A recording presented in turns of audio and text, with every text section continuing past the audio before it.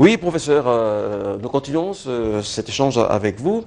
Est-ce que ces signaux que l'on vient de voir vous paraissent indécents? La décence comme l'indécence dépend de la personne qui la prend. Eh bien, vous avez un type d'habillement chez les jeunes filles. Comme je suis plus dans ces milieux-là, je ne connais pas très bien la terminologie, mais on parle des body.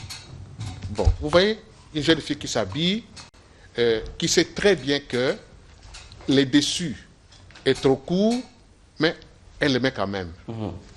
Mais par moment, que ce soit dans les transports en commun, que ce soit en route ou n'importe où, vous verrez que la jeune fille a tendance à tirer vers le bas ses dessous, n'est-ce pas, ses dessus, qui est naturellement court, mais elle tire quand même vers le bas.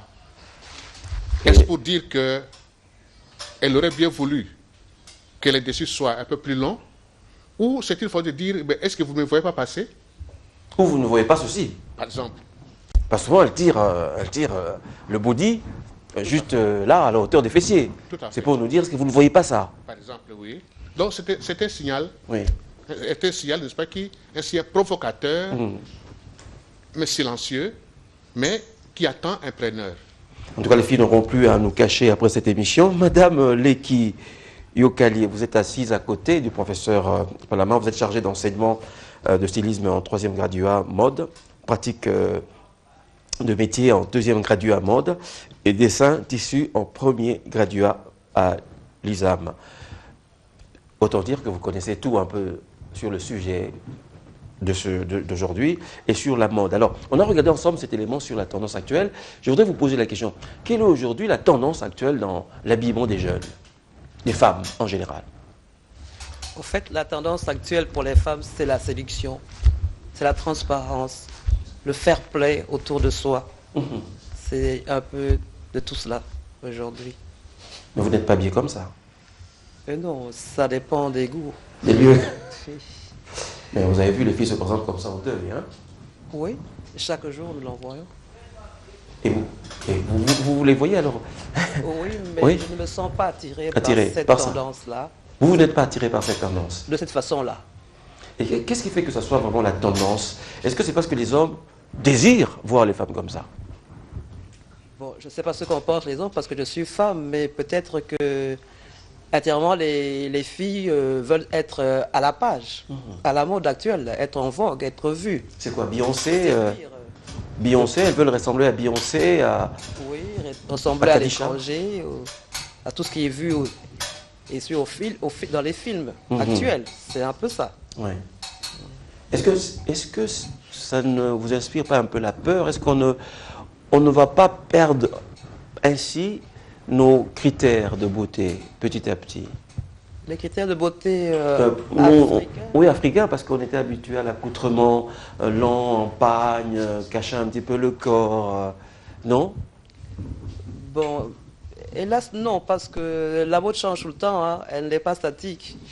Bon, il y a des périodes où on peut s'adapter à la mode africaine. Au lieu de prendre la mode européenne, ça existe. De l'Europe, ils prennent les tenues de panne. Des portefeuilles, par exemple, des jupes en portefeuille. Ça, c'est inspiré de l'Afrique. Mais ce qui est un peu dommage, c'est que si nous devenons aveugles de suivre ce qui est à l'européenne, nous allons perdre nos propres valeurs africaines. On n'aura plus de mœurs. Alors, quelles seront nos tendances qu'on va donner à l'étranger?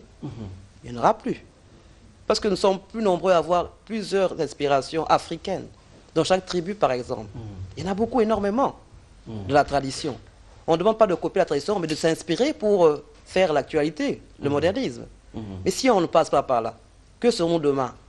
Des blancs à la peau noire, ou à la mentalité blanche? Je ne vois pas pourquoi. Parce que nous sommes noirs d'abord. Nous pouvons nous inspirer, mais pas copier aveuglement. C'est ça le problème. Qu'est-ce que vous leur enseignez en 3e graduat? En stylisme? Oui, en stylisme.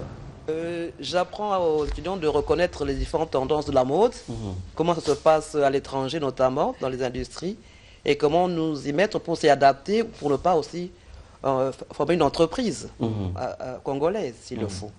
C'est dans ce sens. Et avec cette mode, elles pourront reconnaître une mode actuelle, la critiquer ou l'apprécier selon la personne. Et de cela, créer leur propre mode personnel, avoir un style personnel. C'est-à-dire qu'aujourd'hui, la tendance, c'est DVD, dos et ventre dehors. Oui, c'est Hein? ça. Et donc vous leur dites en pagne, on peut aussi mettre le dos et le ventre dehors, quoi. Bon, au fait, je ne suis pas très dictatrice, hein. Mhm. Je préfère qu'elle s'adapte à la mode européenne en tenant compte de nos mœurs. C'est plus important. Parce qu'on peut porter, par exemple, des collants. Mais si j'ai une tunique, on ne verra pas mon corps tout à fait comme on le veut. Ça sera limité, ça sera caché. Donc ça dépend d'une personne à une autre. Et la pudeur, c'est relatif. On ne peut pas oublier une personne d'être comme soi, mais on peut essayer de ressembler à ce que nous sommes, donc des Noirs. C'est un peu ça l'essentiel. Vous pensez quand on est en pagne, est-ce qu'il n'y a pas des tenues selon vous en pagne qui provoquent un peu la décence?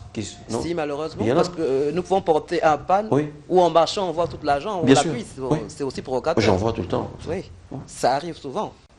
Mais bon, on préfère suivre ce qui est à l'étranger que ce que nous avons de bien ou de mieux.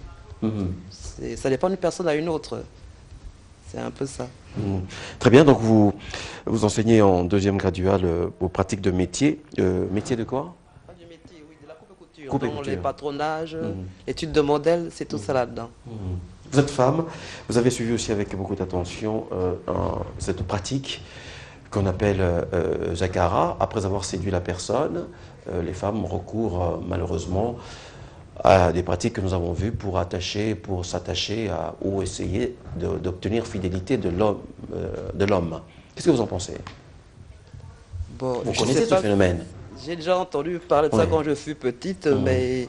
Quand vous fûtes petite, déjà Oui, ça existait. Petite, oui, mais je ne comprenais pas ce que ça signifie. Je pensais que c'était de la magie à l'époque. Mais concrètement, aujourd'hui, j'entends un peu les détails dans le documentaire. Bon, celui qui est attaché au Christ, il ne pourra pas faire ça, c'est impossible. Mais comme on ne peut pas parler de religion, ce n'est pas le moment.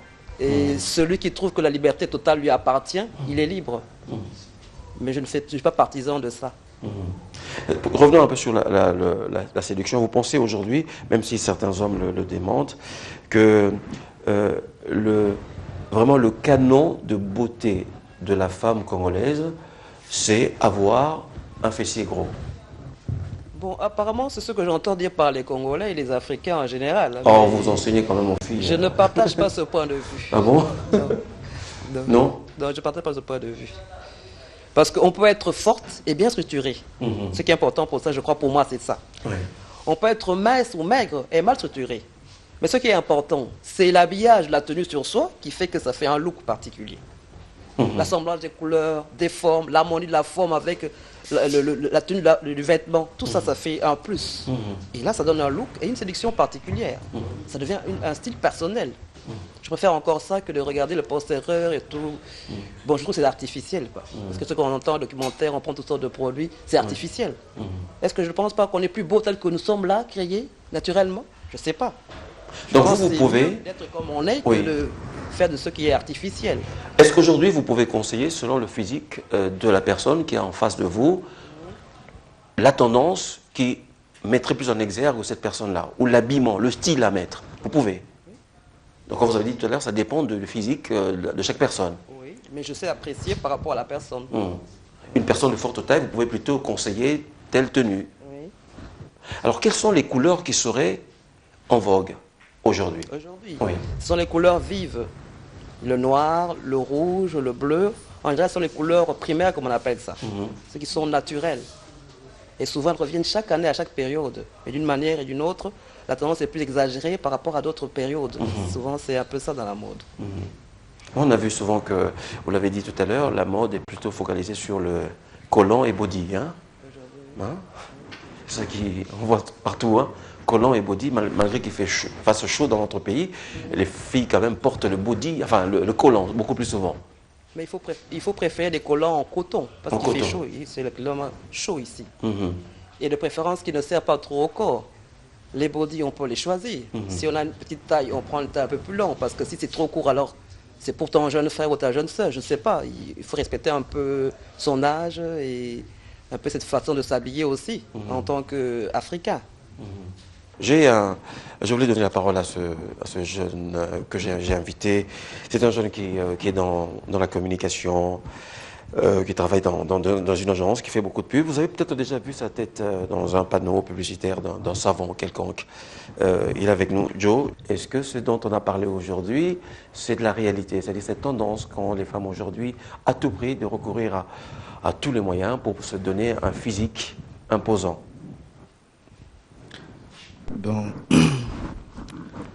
Bon, évidemment, hein, en fait, j'ai suivi les extraits et tout, et j'ai entendu parler les femmes à côté.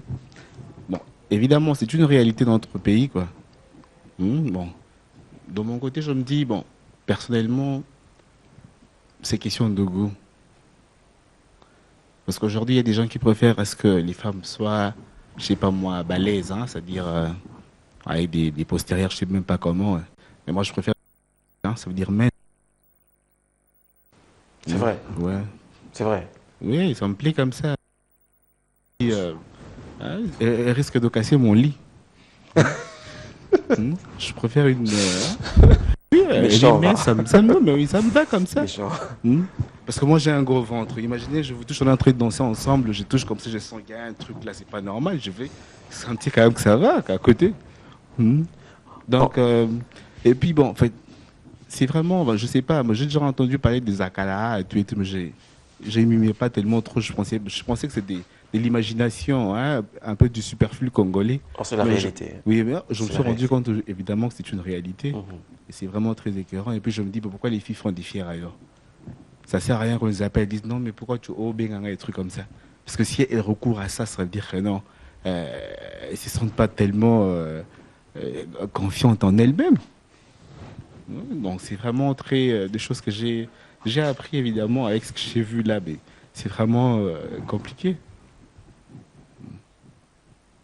Donc c'est ça que je voulais un peu justement ajouter.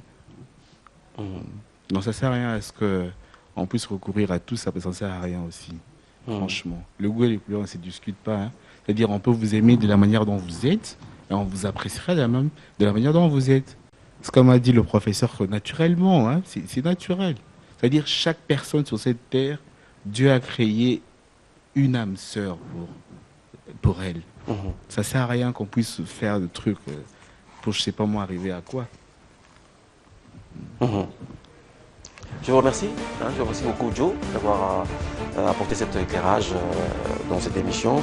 Je remercie tout le monde, tous ceux qui suivent cette émission régulièrement, pour votre fidélité. On se retrouve bien évidemment la semaine prochaine pour une autre émission, pour un autre thème.